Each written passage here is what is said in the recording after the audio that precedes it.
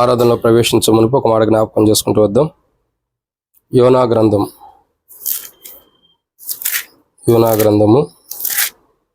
దేవుని యొక్క వాక్యం నుండి ఒక మాట జ్ఞాపకం చేసుకుంటూ వద్దాం. యోనా గ్రంథము బైబిల్లో మరి పేజీ నెంబర్ వచ్చి 763. యోనా గ్రంథము మనం చూసినట్లయితే 2వ అధ్యాయం. ఆరాధనలో ప్రవేశించే ముందు కొన్ని మాట జ్ఞాపకం చేసుకుంటూ వద్దాం. యోనా గ్రంథం 2వ అధ్యాయము. ఇక్కడ ఒక విషయాన్ని మనం చదువుతూ వద్దాం. 9వ వచనం. యోనా గ్రంథము 2వ అధ్యాయము 9వ వచనం. కృతజ్ఞతాస్తుతులు చెల్లించి నేను నీకు బలులు నర్పింతును, నేను మ్రొక్కుకొన్న మ్రొక్కుబడులు చెల్లింపక మాన్ను, యెహోవా యొద్దనే రక్షణ దొరుకునని ప్రార్థించాను. కాబట్టి దేవుని యొక్క వాక్యం చూసినట్టు ప్రియులారా, ఇక్కడ ఒక మాట రాయబడుతూ వచ్చింది. కృతజ్ఞతాస్తుతులు చెల్లించి నేను నీకు బలులు నర్పింతును, నేను మ్రొక్కుకొన్న మ్రొక్కుబడులు చెల్లింపక మానను, యెహోవా యొద్దనే రక్షణ దొరుకును. కాబట్టి దేవుని యొక్క వాక్యం మనం చెప్పేటటువంటి ఒక మాట ఏంటంటే, యెహోవా యొద్ద రక్షణ ఉందని దేవుని వాక్యం మనకు బయలుపరచబడుతుంది. కాబట్టి దేవుని దగ్గరే మనకు రక్షణ, దేవుని ద్వారానే మనకు రక్షణ. దేవుని ద్వారా మనకు రక్షణ ఎలా వస్తుందంటే ప్రభువైన యేసుక్రీస్తు ప్రభు ద్వారా. ఏదైతే మనం ప్రభువైన యేసుక్రీస్తు ప్రభువారిని సొంత రక్షకుడిగా అంగీకరిస్తున్నామో, ప్రభువైన యేసుక్రీస్తు ప్రభు ద్వారా మనకు రక్షణ ఉంది. ఎటువంటి స్థితిలో ఉన్నవారికి రక్షణ ఇస్తున్నాడు ప్రభు అని అంటే బైబిల్లో కొన్ని విషయాలు ఉన్నాయి. ఎటువంటి స్థితిలో ఉన్న వారికి ప్రభు రక్షణ ఇస్తారంటే బైబిల్లో కొన్ని విషయాలు ఉన్నాయి. వాటిలో ఒక మాటను చూడక మునుపు ప్రభు నడిపే కొరకు చిన్న ప్రార్థన. మమ్మల్ని మిక్కిలిగా ఎక్కువగా ప్రేమించిన ప్రియ పరలోకపు తండ్రి, పరిశుద్ధుడైన దేవ వందనాలు. ఈ సమయంలో మీ నామను బట్టి నిలబడుతుండగా నిలబడేవాడిని నేను నిలబెట్టేది మీరు, మాట్లాడేవాడిని నేను మాట్లాడించేది మీరు, నాలో ఆత్మనబడికి ఆత్మని అభిషేకించేది మీరు. ప్రజలు మీ వారు వాక్యం మీద నిష్ప్రయోజకమైన వాడిని దాసుడు యజమానుడి వైపు చూస్తున్నట్లు, దాసురాలు యజమానుల వైపు చూస్తున్నట్లు మా కళ్ళు మీ వైపు వీక్షిస్తున్న సహాయం అనుగ్రహించండి. చిన్నమంది భయపడుకుని అన్నారు, మీరు మమ్మల్ని జ్ఞాపకం చేసుకుని మా పట్ల మీ కృపను దయచేయమని, మేము ఎట్లా ఆరాధించాలో కూడా మాకు బయలుపరచమని. దేవా, మీ వద్ద రక్షణ ఉంది. ఎటువంటి ప్రజలకు మీరు రక్షణ ఇస్తూ వచ్చారో, ఏ స్థితిలో ఉన్న ప్రజలకు మీరు రక్షణ ఇస్తూ వచ్చారో వాటిని మేము జ్ఞాపకం చేసుకుని స్మరణకు తెచ్చుకుంటూ మా జీవితాలు కూడా మీరు అట్లా చేశారని యథార్థ హృదయమై కలిగి ఉండి మిమ్మల్ని స్తుతించే వారికి సిద్ధపరచమని, ఇప్పటి వరకు మీరు చేస్తూ వచ్చిన ప్రతి మేలుకై స్తుతిస్తూ ముందు శాంతి దీవించి ప్రతి ఒక్కరు తీర్చమని, ఈ యొక్క వర్తమానం ధ్యానిస్తున్నాగా పరలోకం నుండి తెరవబడిన ఆకాశం మాకు అనుగ్రహించి ఆకాశం ఎప్పి పడజాలనంత విస్తారమని పరిశుద్ధాత్మ ద్వారా అభిషేకించమని, మాకు అదే హోమ మాకు అదే కృపాసతను నీ నామని మేము తెచ్చుకోమని మాతో మాట్లాడమని ప్రభువైన యేసుక్రీస్తు నామం పేరిట శ్వాసంతో ప్రార్థిస్తున్నాం తండ్రి. కాబట్టి ఇక్కడ దేవుని యొక్క వాక్యాన్ని చూసినట్టు ఒక మాట రాయబడుతూ వచ్చింది. ఏమని రాయబడుతూ వచ్చిందంటే, యెహోవా యొద్దనే రక్షణ దొరుకును. కాబట్టి యోనా యొక్క జీవితంలో, ప్రార్థన అనుభవంలో దేవుని యొద్ద రక్షణ ఉందని యోనా తెలుసుకోగలుగుతున్నాడు. అయితే బైబిల్ చెప్పేటటువంటి ఒక అంశం ఏంటంటే, ఏ స్థితిలో ఉన్న వారికి ప్రభు రక్షణ ఇస్తున్నాడంటే, మొట్టమొదటిగా రాయబడిన మాట యోనా గ్రంథం 2వ అధ్యాయం 1వ వచనం. ఆ మత్స్యము కడుపులో నుండి యోనా యెహోవాను ఇలాగ ప్రార్థించాను. కాబట్టి మొట్టమొదటిగా మనం దేవుని యొక్క వాక్యాన్ని చూసినట్లయితే, ఇక్కడ రాయబడిన విధానం చూసినట్లయితే, ఏ స్థితిలో ఉన్న వ్యక్తికి రక్షణ ఇస్తున్నాడంటే మత్స్యం యొక్క కడుపులో ఉన్న వ్యక్తి. మత్స్యం అంటే అర్థం ఏంటి? ఒక గొప్ప తిమింగలం. ఒక రీతిలో మనం చెప్పాలంటే గొప్ప తిమింగలం యొక్క గర్భంలో ఉన్న వ్యక్తికి ప్రభు ఏం చేస్తున్నాడు? రక్షణ ఇస్తున్నాడు. నిజంగా అర్థం చేసుకోండి, ఒక తిమింగలం ఉందంటే దాని గర్భంలో ఒక మనిషి ఉన్నాడంటే రక్షణ ఉంటుందా? ఇప్పుడు ఒక చేప ఒక వ్యక్తిని తిన్నాడంటే తిన్నాడు కదా. ఒక చేప ఒక వ్యక్తిని తిందనుకోండి, ఇప్పుడు మనకి డాల్ఫిన్స్ కానీ రకరకాల ఫిషెస్ ఉంటాయి, ఇవన్నీ కూడా మనుషుల్ని తిన్నాయి అనుకోండి, మరలా బయటకు వచ్చే అనుభవం ఉండిద్దా? ఉండదు. కానీ ఇక్కడ మనం అర్థం చేసుకోవాల్సిన ఒక అంశం ఏంటంటే, మత్స్యము కడుపులో ఉన్నటువంటి యోనాకి ప్రభు రక్షణ ఇచ్చిన అనుభవాన్ని మనం చూస్తున్నాం. ప్రభు రక్షించిన అనుభవాన్ని చూస్తున్నాం. ఈ మత్స్యము దేనికి సాదృశ్యంగా ఉందంటే, మత్స్యం అంటే మనం ఇక్కడ అర్థం చేసుకోవాల్సిన విషయం ఏంటంటే, మత్స్యము అంటే ఈ ఒక తిమింగలం అనుకుందాం. సహజంగా తిమింగలము ఆ యొక్క నోట్లో ఏముంటుంది అంటే ఆహారం ఉండవచ్చు, లేకపోతే ఏదైనా తినవచ్చు. తిన్న తర్వాత ఏమైంది? అది జీర్ణం అయిపోయింది. సో ఇక్కడ జీర్ణం అయిపోవడం ద్వారా ఏమైపోయింది? దాని గర్భంలోకి వెళ్ళడం ద్వారా అది జీర్ణం అయిపోయింది. తిమింగలము యొక్క గర్భం ఎలాంటిదంటే ఈ లోకానికి సాదృశ్యమైనది. ఎలాంటిది? ఈ లోకం. తిమింగలం యొక్క గర్భంలో యోనా ఉన్నాడు. తిమింగలం ఎలాంటిదంటే, తిమింగలం కడుపులో ఉంటాడు కదా, తిమింగలం ఎలాంటిదంటే ఈ లోకానికి సాదృశ్యమైనది. ఈ లోకంలో మానవుడు ఉన్నప్పుడు, బయట తీసుకెళ్ళి ఈ లోక గర్భంలో మానవుడు ఉన్నప్పుడు, ఈ లోక గర్భంలో అంటే ఈ లోకం అనే పాపపు గర్భంలో మానవుడు, పాపపు కడుపులో మానవుడు ఉన్నప్పుడు ప్రభువైన యేసుక్రీస్తు ప్రభువారు ఈ లోకానికి వచ్చి పాపపు గర్భములో కూరుకుపోయిన మానవుణ్ణి, పాపపు కడుపులో నివసిస్తున్న మానవుణ్ణి బయటికి తీసుకొచ్చాడు యేసుక్రీస్తు ప్రభువు. ఏం చేస్తూ వచ్చాడు? బయటికి తీసుకొచ్చాడు. ఇది దేవుని యొక్క వాక్యం మనకు చెప్పబడినటువంటి లేఖన భాగం. కాబట్టి మనకు దేవుని యొక్క వాక్యం చెప్పేటటువంటి ఒక మాట ఏంటంటే, మత్స్యం యొక్క గర్భములో, తిమింగలం యొక్క గర్భంలో ఏదైతే యోనా ఉన్నాడో, పాపపు గర్భంలో మనం ఉన్నప్పుడు మనల్ని దేవుడు జ్ఞాపకం చేసుకుని ఆ పాపపు గర్భం నుండి దేవుడు మనల్ని బయటికి తీసుకొస్తున్నాడు. ఇది మొదటి మాట. ఏ స్థితిలో ఉన్న వ్యక్తికి రక్షణ ఇస్తున్నాడు అంటే పాపపు గర్భంలో ఉన్న వ్యక్తికి. ఎవరు? పాపపు గర్భంలో, మత్స్యం యొక్క కడుపులో యోనా ఉన్నట్లు పాపపు గర్భంలో ఉన్న వ్యక్తి యొక్క జీవితంలో రక్షణ ఇచ్చి ఆ పాపపు గర్భంలో నుండి బయటకు విడుదలిస్తున్నాడు. ఇక రెండో మాటను చూసినట్టయితే, ఇక్కడ దేవుని యొక్క వాక్యాన్ని చూసినట్టయితే యోనా గ్రంథం 2వ అధ్యాయం 2వ వచనం.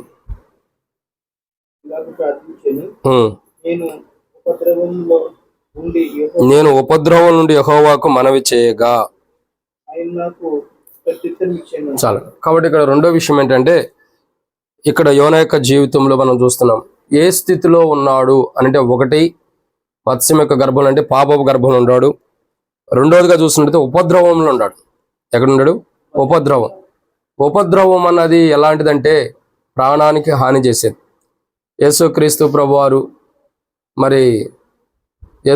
ప్రభువారు ధోనిలో ఉన్నప్పుడు ధోని మీదకు ఉపద్రవం లాగా అలల చేత కొట్టబడుతూ వచ్చింది. ప్రజలందరూ అంటారు, అయ్యా మనం చనిపోబోతున్నాము, నీకు చింత లేదని ప్రభుని అంటారు. ఇక్కడ అర్థం చేసుకోవాల్సిన ఒక అంశం ఏంటంటే, ఉపద్రవం అన్నది ఎలాంటిదంటే బైబిల్ చెబుతున్నటువంటి మాట, మానవుడికి ఎంతో నష్టాన్ని చేసేది. మానవుడికి ఎంతో నష్టాన్ని చేసేటటువంటి ఉపద్రవంలో నుండి దేవుడు మానవుడికి రక్షణ ఇస్తున్నాడు. మానవుడికి ఎంత నష్టం చేసేటటువంటి పరిస్థితులు ఉంటే ఆ పరిస్థితుల్లో ఉన్న మానవుడి దగ్గరికి వెళ్ళి ఆ మానవుడికి రక్షణ ఇస్తున్నాడు. నిజంగా ఎంత గొప్ప కార్యమో చూడండి. అందుకే అంటాడు, నేను మొక్కుకున్న మొక్కుబడులు చెల్లించుకోకుండా నేను మానను. ఏదైతే మొక్కుబడి అనుకున్నా చెల్లిస్తా. ఎందుకని? దేవుని యొక్క రక్షణ ఉంది. ఒకప్పుడు యోనా యొక్క స్థితిగతులు చూడగా ఎలా ఉందంటే, మత్స్యం యొక్క గర్భం అంటే పాపపు గర్భంలో ఉండే అనుభవాన్ని మన జీవితాల పాపపు గర్భం. యోనా యొక్క జీవితం ఏంటంటే మత్స్యం యొక్క గర్భంలో ఉన్నాడు, కడుపులో. రెండోదిగా చూసినట్టయితే ఉపద్రవంలో ఉన్నాడు. అంటే అర్థం ఏంటి? మన యొక్క జీవితాల్లో ఏవైతే మనం నష్టపోయే ప్రాణహాని, మనకి కీడు తెచ్చే లేదా మన ప్రాణహాని చేసే ఉంటాయో అటువంటి సందర్భంలో యోనా ఉన్నాడు. అయినప్పటికీ అటువంటి సందర్భంలో కూడా ఉపద్రవంలో ఉండ యోనా దగ్గరికి ప్రభు అయిన యేసుక్రీస్తు ప్రభు యొక్క దేవుని వాక్యం అతనిలో ఉంది కాబట్టి అతని దగ్గర రాబడుతుందో అతనిలో ఆలోచన పుట్టించడం ద్వారా అతను రక్షించబడిన అనుభవాన్ని చూస్తున్నాం. ఇది రెండు. ఒకటి పాపపు గర్భంలో, రెండు ఉపద్రవంలో. మూడోదిగా ఏ స్థితిలో ఉన్న మానవుడికి రక్షణ ఇస్తున్నాడు అని అంటే మూడో మాటను చూద్దామండి. యోనా గ్రంథం 2వ అధ్యాయం, 3వ వచనం.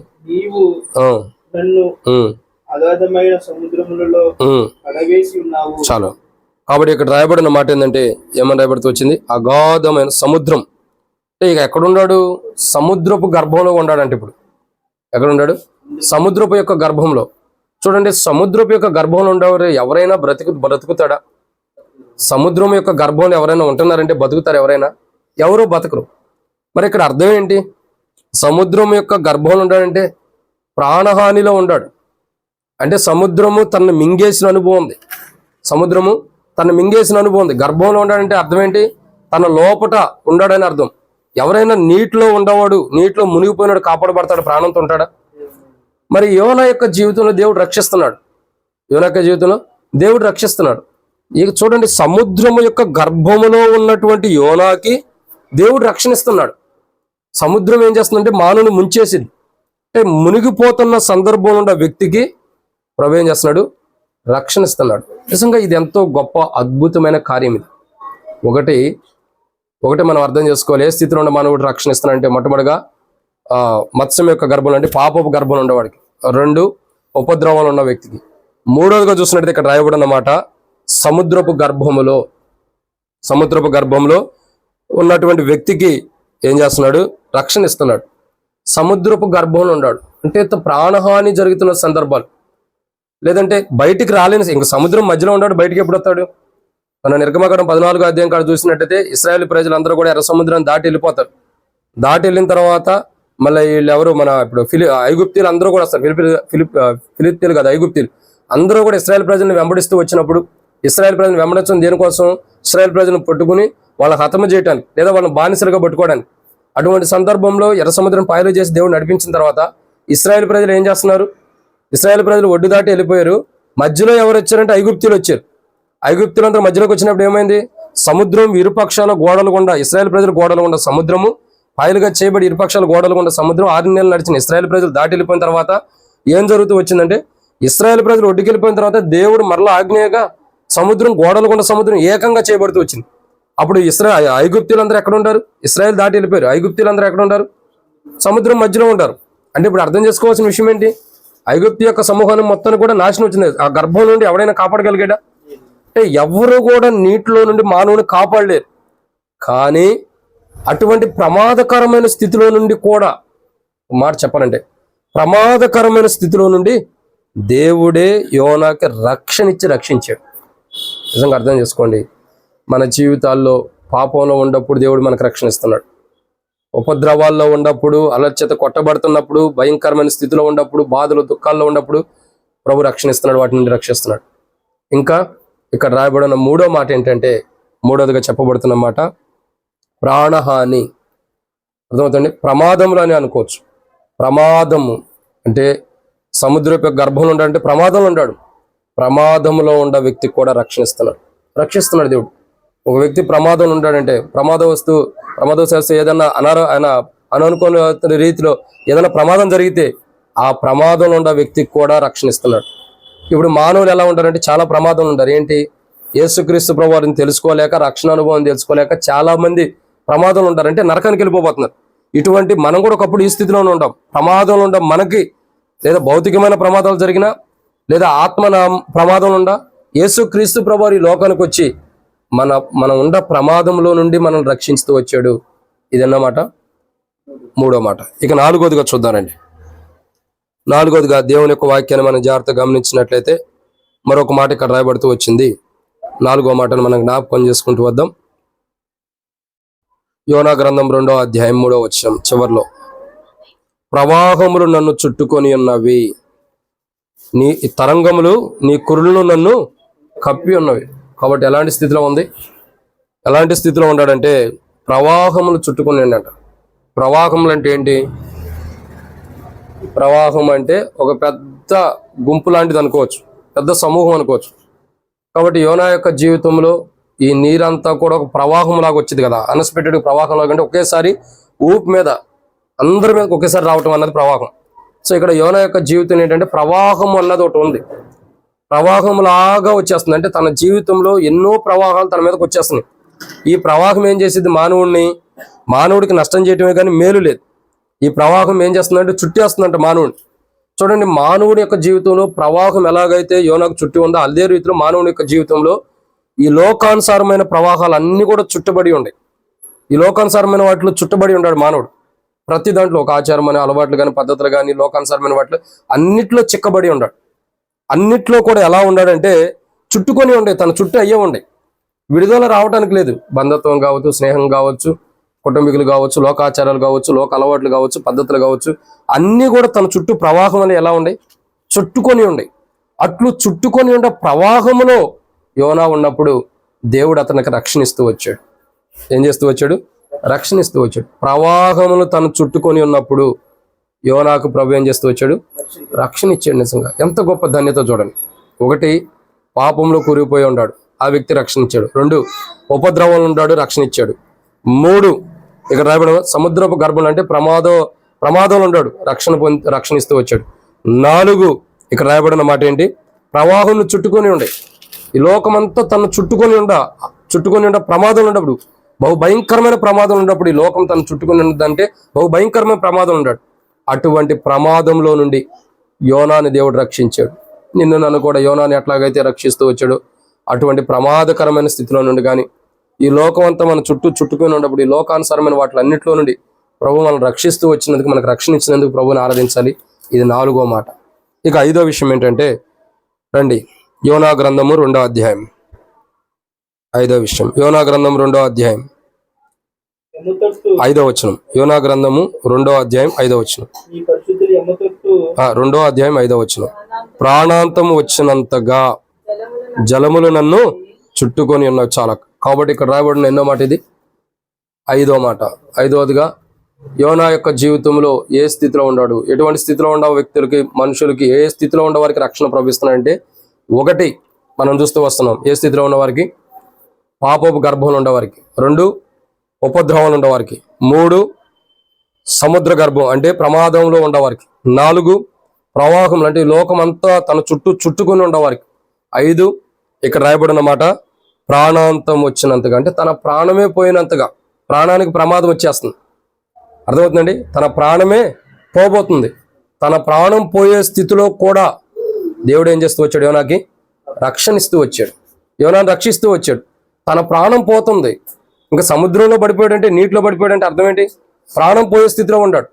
ప్రాణం పోయే స్థితిలో ఉన్న యోనాకి దేవుడు ఏం చేస్తూ వచ్చాడు? రక్షణ ఇస్తాడు. నిజంగా ఎంత గొప్ప కార్యం ఆలోచించండి. ప్రాణం పోయే స్థితిలో ఉన్న వ్యక్తికి దేవుడు వచ్చి రక్షణ ఇచ్చాడు. ఆ విషయం మనకు అర్థం కావాలంటే హిజ్కియా అని ఒక వ్యక్తి ఉన్నాడు. యెషయా గ్రంథం 38వ అధ్యాయం మనం చదివితే మరణకరమైన రోగంతో ఉన్నాడు. మరణకరమైన రోగంతో ఉండే హిజ్కియా దగ్గరికి దేవాతి దేవుడే తన కుమారుడిని పంపాడు. ఎవరు ఆ కుమారుడు అంటే, కుమారుడికి సాదృశ్యంగా ఉన్నాడు. ఎవరైనా? యెషయా ప్రవక్త యేసు ప్రభు వారి సాదృశ్యంగా ఉండి అతని దగ్గరికి వెళ్ళాడు. లేదా వాక్యాన్ని సాదృశ్యంగా ఉంటాడని అనుకోవచ్చు.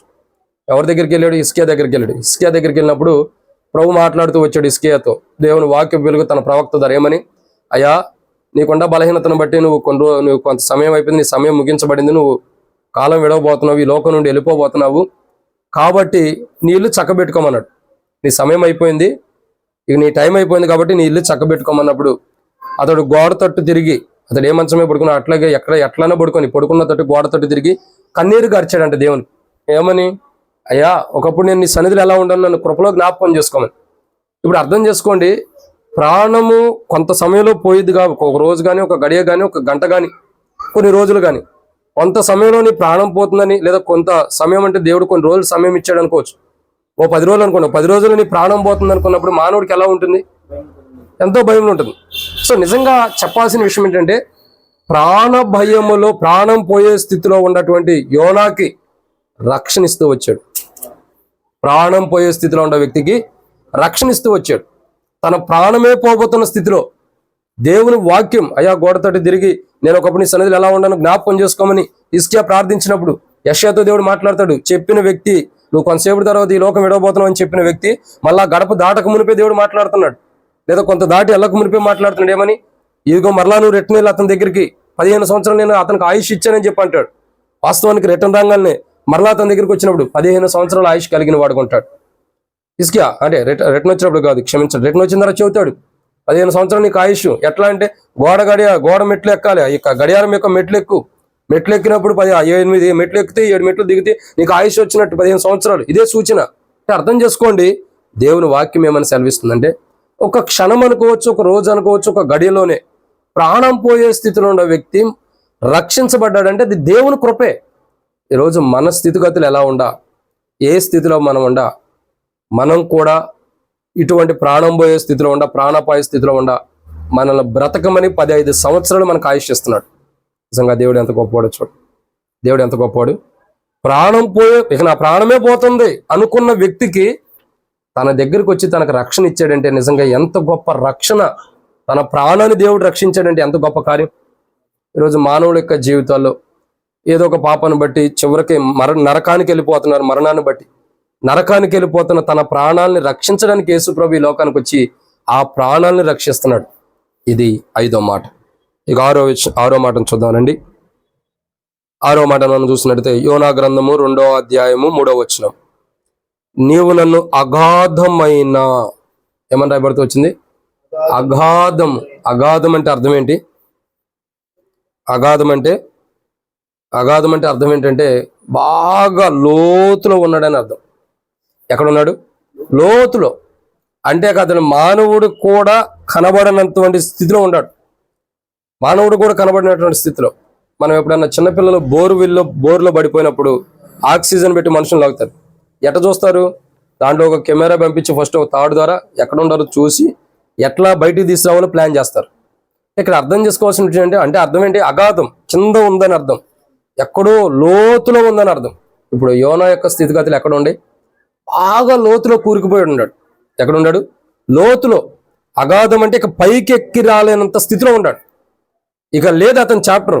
ఎవరో కూడా అసలు తను కాపాడతానికి కూడా అవకాశం లేదు. అగాధం అంటేనే అర్థం చేసుకోండి, ఎంతో లోతులో ఉంటారు. ఎవడన్నా అగాధంలోకి వెళ్తాడా ఇంకో వ్యక్తిని కాపాడటానికి? లేదు. కానీ దేవాతి దేవుని యొక్క కుమారుడు అగాధములోకి వెళ్ళి మరణపు అంచులో ఉన్న వారిని తిరిగి బయటికి తీసుకొచ్చాడు. నిజంగా ఎంత గొప్ప కార్యం జరుగుతూ వచ్చింది అర్థం చేసుకోండి. అగాధములో ఉండ యోనా ఇప్పుడు ఏం చేయబడుతున్నాడు? అగాధంలో నుంచి బయటికి తీసుకురాబడుతున్నాడు. అగాధంలో నుండి బయటికి తీసుకురాబడుతూ వచ్చాడు. నిజంగా మన జీవితంలో కూడా లోకమో పాపమో శరీరమో అగాధంలో ఉండిపోయిన మనల్ని, దాని నుండి బయటికి రాలేని స్థితిలో ఉన్న మనల్ని యేసుక్రీస్తు ప్రభువారు జ్ఞాపకం చేసుకుని ఆయన శిలువ ద్వారా, ఆయన మరణ భూస్థాపన పునరుద్ధానం ద్వారా, ఆయన మరణము ద్వారా, ఆయన శిలువ కార్యం ద్వారా, ఆయన రక్తము ద్వారా, ఆయన యొక్క మన కొరకే మరణించి చనిపోయి సమాచారం తిరిగి లేవటం ద్వారా అగాధములో ఉండ మనల్ని ఏం చేస్తున్నాడు? ఆయన శిలువ కార్యం ద్వారా, ఆయన ఆయన రక్తము ద్వారా, ఆయన ప్రాణం మన కొరకే పెట్టడం ద్వారా అగాధంలో ఉండ మనల్ని రక్షిస్తున్నాడు, బయటికి తీసుకొస్తున్నాడు అగాధంలో నుండి.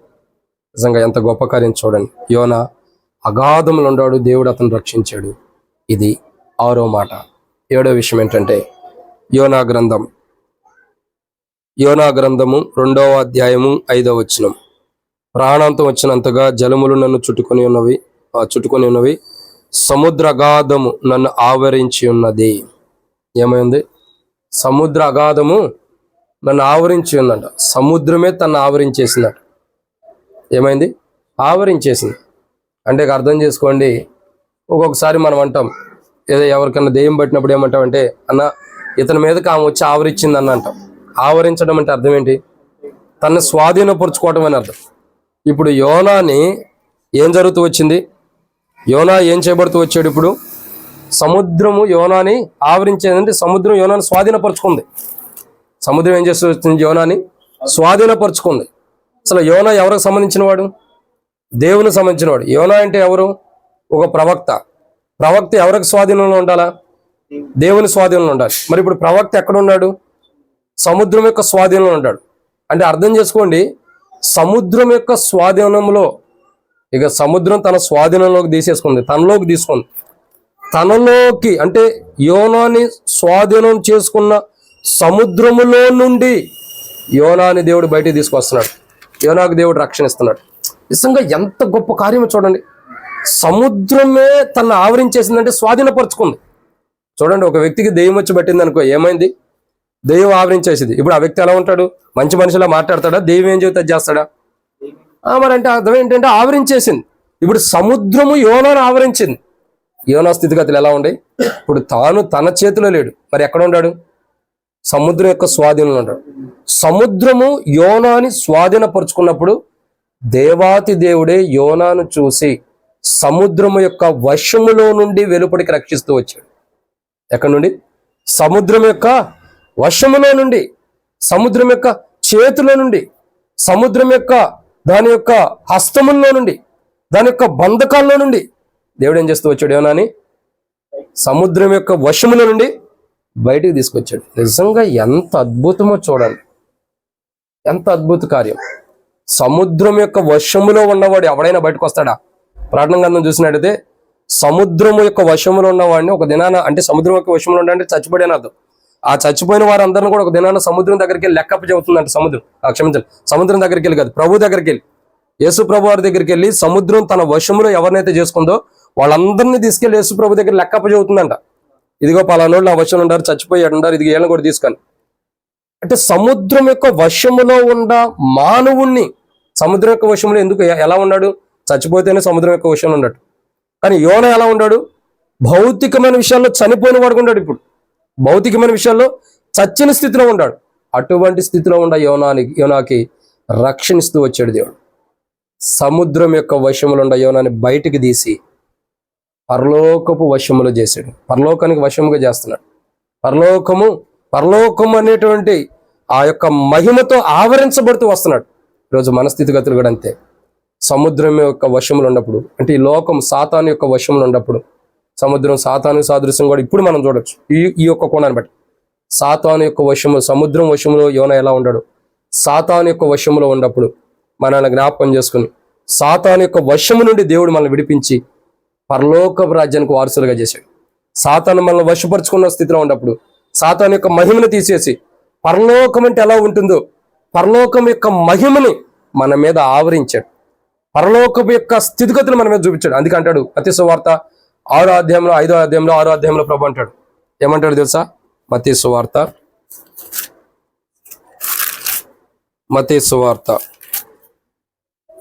6వ అధ్యాయము ఒక మాట అంటాడు ప్రభు.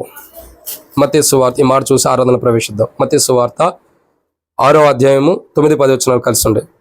పరలోకమందున్న మా తండ్రి, నీ నామం పరిశుద్ధపరచబడును గాక, నీ రాజ్యం వచ్చును గాక, నీ చిత్తము పరలోకమందు నెరవేరినట్లు భూమి అందును నెరవేరును గాక. అంటే అర్థం ఏంటి? పరలోక రాజ్యం, ఏదైతే పరలోక రాజ్యం ఉందో ఆ పరలోకపు రాజ్యం యొక్క మహిమ, ఆ పరలోక రాజ్యం ఎలా ఉంటుందో ఆ పరలోక రాజ్యమే మన మీద ఆవరించబడుతూ వచ్చింది. అర్థమవుతుందండి? ఒకప్పుడు మన మీద ఎవరు ఆవరించబడుతూ వచ్చారు? యోనా ఏమంటారు? యోనా సముద్రం యొక్క వశంలో ఉన్నట్టు, సముద్రం యోనాని ఆవరించినట్లు మనం కూడా సాతాను వశంలో ఉన్నప్పుడు సాతాను మనల్ని ఆవరించి ఉంది. సాతాను వశంలో ఉన్న మనల్ని దేవుడు విడిపించి పరలోకపు వశంలోకి తీసుకొచ్చాడు. పరలోకమే మన మీద ఆవరించే స్థితిలోకి తీసుకొచ్చాడు. ఇప్పుడు మన మీద చిన్న మంది అయినా పెద్ద మంది అయినా మన మీద ఎవరుండాలి? ఏముందంటే పరలోకమే మన మీద ఆవరించింది. పరలోకమే తొంగి చూస్తున్న అనుభవం. అసలు ఎంత అద్భుతమో చూడండి. నిజంగా సాతాను వశములో ఉన్న మానవుని దేవుడు విడిపించి రక్షించి పరలోకమే మానవుడి మీద ప్రకాశించేటట్టు, పరలోకమే మానవుడి మీద వశించేటట్టు దేవుడు చేస్తున్నాడు. అందుకే అంటాడు, నీ రాజ్యం వచ్చిన కాక అంటున్నాడు. నీ రాజ్యం అంటే ఏంటి? పరలోక రాజ్యం. ఆ పరలోక రాజ్యమే మనుష్యుడి మీద ఆవరించేటట్టు చేశాడు. అందుకే మనం ఎలాంటి వారం అంటే, మీరు పైన వాటిని వెతుకమన్నాడు. అంటే అర్థం ఏంటి? మనం లోకానుసారమైన వారం కాదు, పరలోక రాజ్యానికి సంబంధించిన వారు. పరలోక రాజ్యం మన మీద ఆవరించిన అనుభవం ఉంది కాబట్టి పరలోక రాజ్యాన్ని మనం సంబంధించిన వారు. పరలోక రాజ్యం మన మీద ఆవరించకపోతే పరలోక రాజ్యాన్ని మనం సంబంధించిన వారం కాదు. ఆవరించింది సాతాను యొక్క వశములో. సముద్రం ఎలాగైతే మరి యోనాని వశపరుచుకుని యోనా మీద ఆవరించి ఉందో, సాతానుడు కూడా మనల్ని వశపరుచుకుని, అంటే తనలోకి తీసుకుని, మనకేదో ఒక ఆశలు చూపించి తనలోకి తీసుకుని సాతానుడు మన మీద ఆవరించినప్పుడు యేసు ప్రభువారు ఈ లోకానికి వచ్చి కలువరి శిలువలో మన కొరకే తన రక్తాన్ని కార్చిన రక్తం ద్వారా మనలో గొప్ప కార్యం చేసి ఆ రక్తం ద్వారా, ఆ మరణ భూస్థాపన పునరుద్ధానం ద్వారా, ఆ శిలువ కచ్చిన రక్తం ద్వారా మన ప్రతి పాపాన్ని కడిగి ప్రతి పాపం నుండి మనకు విడుదలిచ్చి ఆ యొక్క సాతాను వశంలో నుండి, సాతాను మనల్ని ఆవరించిన ఆ యొక్క ఏదైతే ఆవరించిందో దాని యొక్క వశంలో నుండి, దాని చేతుల నుంచి మనల్ని విడిపించి పరలోక రాజ్యానికి వారసులుగా చేశాడు. పరలోక రాజ్యమే మన మీద ఆవరించేటట్టు ప్రభు చేశాడు. అట్టి రీతిలో ప్రభు మనం సిద్ధపరిచినందుకు ప్రభుని ఆరాధించేద్దాం. 7 విషయాలు. 1, యోనా యొక్క జీవితంలో మొట్టమొదటిగా మత్స్యం యొక్క కడుపులో ఉంటున్నాడంటే పాపపు యొక్క గర్భంలో ఉండే అనుభవం. మత్స్యం యొక్క కడుపులో యోనా ఉన్నట్లు మనం పాపపు గర్భంలో ఉన్నాం. యోనా ఉపద్రవంలో ఉన్నాడు, మనం కూడా ఉపద్రవంలో ఉండాం. 3, యోనా ఏ స్థితిలో ఉన్నాడు? చూడబడిన మాట ప్రకారం 3వదిగా యోనా ఏ స్థితిలో ఉన్నాడు? మొట్టమొదటిగా యోనా ఏ స్థితిలో ఉన్న వారికి రక్షణ ఇస్తున్నాడు. ఏ స్థితిలో ఉన్న వారిని ప్రభు రక్షిస్తున్నాడంటే, మొట్టమొదటిగా మత్స్యం యొక్క కడుపులో అంటే పాపపు కడుపులో ఉన్నప్పుడు, పాపపు గర్భంలో ఉన్నప్పుడు. 2, ఉపద్రవంలో ఉన్నప్పుడు. 3, సముద్రపు గర్భంలో అంటే అర్థం ఏంటి? ప్రమాదంలో ఉన్నప్పుడు. 4, మనం చూస్తూ వస్తున్నాం. 4వ మాట ఏంది? ప్రవాహం చుట్టుకొని ఉండే, అంటే అతని యొక్క జీవితంలో ఎంతో నష్టకరమైన స్థితిలో ఉన్నప్పుడు. 5, మనం చూస్తూ వస్తున్నాం ప్రాణహానిలో ఉన్నప్పుడు.